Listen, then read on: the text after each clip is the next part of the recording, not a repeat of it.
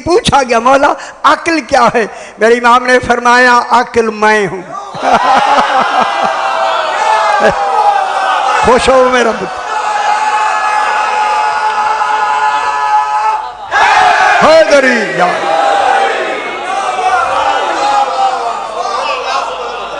उसकी मलकूती समंदर, ये गहरी गहरी बातें हैं, मलकूती समंदर के एक कतरे का नाम अक्ल है। फिर सुन लो सही ने फरमाया कि लोगों अक्ल के 100 हिस्से हैं, 100 अक्ल के 100 हिस्से हैं। सही ने फरमाया 99 हिस्सा है अक्ल, हम 14 को फकत हम 14 को मिला है। एक हिस्सा है अक्ल कुल दुनिया को मिला है, उसमें भी हम शरीक हैं। दुनिया क्या जाने 14 क्या है, समझिए। एक हिस्से का नाम, एक हिस्से का नाम अक्ल है, अक्ल, ठीक है। पहली मारिफत है अक्ली और इल्मी मारिफत। चूंकि अक्ल जितनी देर तक है जिसमें ये क्या पैदा करता है, अक्ली और इल्मी मारिफत पैदा करता है। उसमें इल्म का भी तसव्वुर होता है। परेशान नहीं होना, जब तक ऐसे ना बयान करूं वो बात बनती नहीं। इल्मी और अक्ली मारिफत कौन पैदा करता है? अक्ल। जो इससे एक इल्म पैदा हो जाता है ना, अक्ल से, इल्म और अक्ल से जो इल्मी और अक्ली मारिफत पैदा होती है उसको इल्मुल यकीन कहते हैं।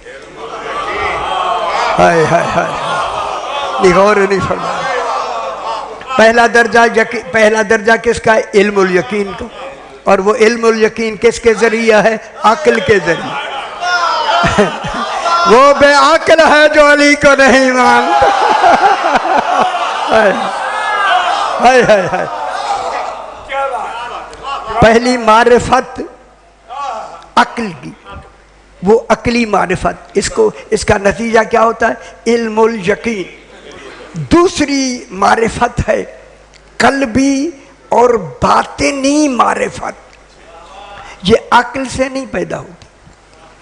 खुश हो? अच्छा दसो सारे एक मिनट, कैसे पैदा होती है? तो पता ही को नहीं।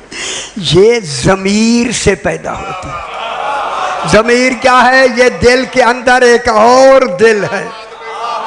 हाय हाय हाय, दिल के अंदर एक और दिल है, और है शायद जिसको ज़मीर कहते हैं। वो बेज़मीर है जो अली को नहीं मानता।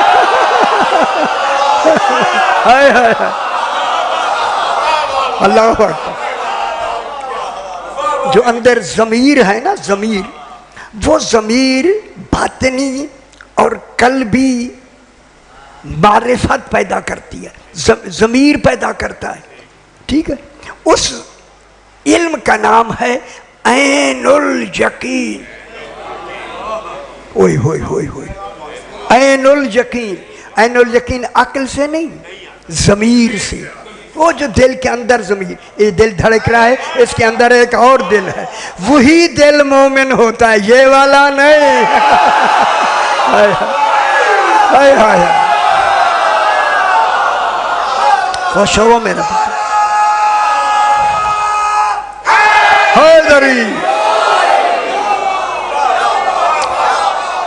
वो ज़मीर जो है ना, वो ज़मीर क्या पैदा करता है? ऐनुल यकीन। तीसरा है, देखिए अब ये अहम है, बहुत अहम, मारिफते हजूरी। जिसकी हमने मारिफत करनी है उसका खुद वजूद सामने है, इसे कहते हैं वजूद इमाम। अब वजूद इमाम हमें, उसकी मारिफत हमें हकीकी किसने देनी है? अक्ल और ज़मीर दोनों ने मिल के। अक्ल और ज़मीर जब तक इसका अक्ल और ज़मीर का, मेरे पास सुन लो मेरे पुत्र, अक्ल और ज़मीर का जब तक तज़किया नफ्स ना हो ये मारिफत दे ही नहीं सकता। और वो मारिफत है इकरार विलायत अली। मालूम हुआ ज़मीर भी शिया है और अक्ल भी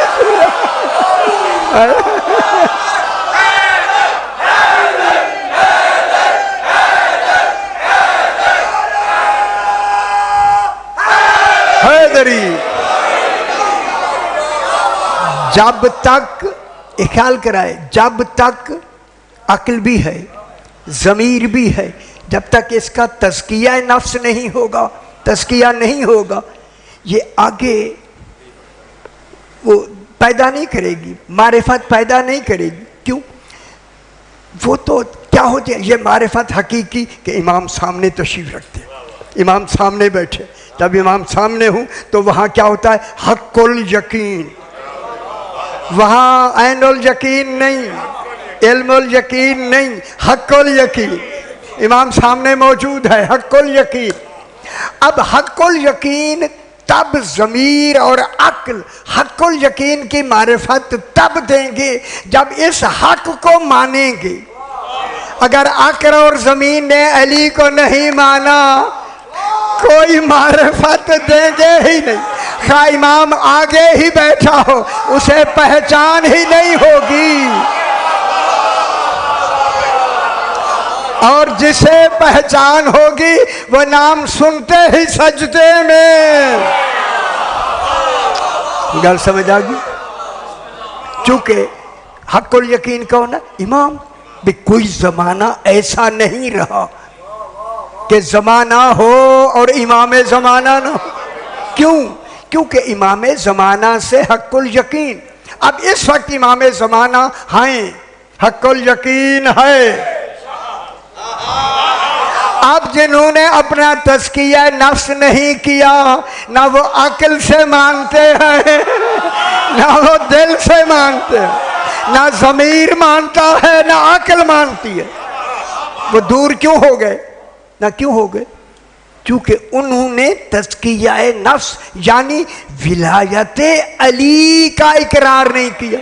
जब विलायत अली नहीं है, ना अक्ल पाक है ना ज़मीर पाक है, तो नजस अक्लों में विलायत नहीं। खुश हो मेरे भाई। अब जिन्होंने कितने ही नामसाइद हालात हैं, अली अलैहिस्सलाम की विलायत को मान लिया, दिल से मान लिया, दिल से, तो फिर वो क्या हो जाएंगे? आरिफ होंगे या नहीं? आरिफीन कहलाएंगे या नहीं? मुत्तकीन कहलाएंगे या नहीं? आबिदीन कहलाएंगे या नहीं? उनकी इबादत है तो सही, नमाजें हैं सही, रोज़े हैं सही, उनका हर अमल सही, क्योंकि उन्होंने अपने नफ्स का तज़किया नफ्स विलायत अली से कर दिया। तो फिर उनमें देखिए ना, कर दिया। एक आम आदमी अगर गुनाहों से परहेज करे तो उसमें तकवा इतना आ जाता है, अगर अली की विलायत आ जाए खुदा जाने वो कितने मुत्तकी होंगे। इसलिए कुरान कहता है उज़्लिफ़तिल जन्नतु लिल मुत्तकीन, जन्नत बनाई ही मुत्तकीन के लिए है। मुत्तकी वो है जो इकरार विलायत अली करता।